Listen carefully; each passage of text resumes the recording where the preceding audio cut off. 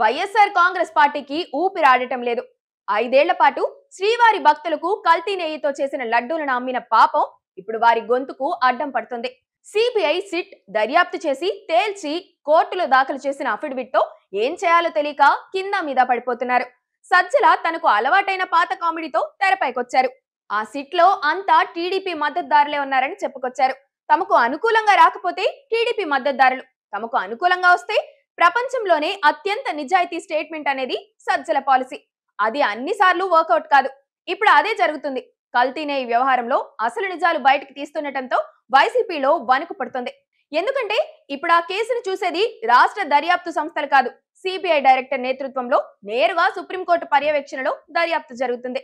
అంటే ఆ దర్యాప్తు అధికారులు ఎవ్వరూ రాష్ట్రంలోని పోలీస్ బాసులకు రిపోర్ట్ చేయరు, నేరుగా కోర్టుకే చేస్తారు.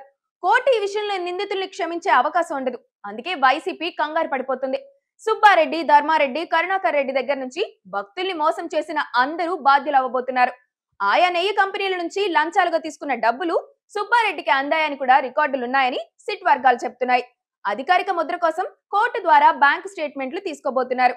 ఒక్కసారి అధికారం ప్రజలు ఇచ్చారని ఏపీని అడ్డగోలుగా దోచుకున్న వ్యవహారం కళ్ల ముందే ఉంది.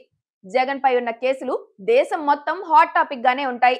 ఆయన స్టైల్ ఆఫ్ దోపిడీ కేస్ స్టడీలుగానే ఉంటాయి.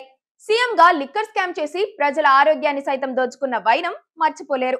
అయితే అన్నింటికి మించి ఈ కల్తీ నెయ్యి వ్యవహారం ఎక్కువ డ్యామేజ్ చేస్తుంది. ఎందుకంటే హిందువుల మనోభావాల్ని గాయపరిచే అంశం ఇది. డబ్బుల కోసం కకృతిపడి కోట్ల మంది భక్తులు ఆరాధించే దేవుణ్ణి ఆయన భక్తులకు కల్తీ లడ్డు ఇవ్వడం ఎవరూ సహించరు. అందుకే సజ్జల రామకృష్ణారెడ్డి కంగారు పడిపోతున్నారు. అంబటి రాంబాబుతో ఇంగ్లీష్ లో ట్వీట్లు పెట్టిస్తున్నారు, రోజాతోనూ పెట్టిస్తున్నారు, ఇంకా చాలా మందితో అదే పని చేయిస్తున్నారు. ఎందుకంటే జాతీయ స్థాయిలో పోయే పరువు బీజేపీ పెద్దలు కన్నెర చేస్తే తమ పరిస్థితి ఏమవుతుందోనని కంగారు పడుతున్నారు.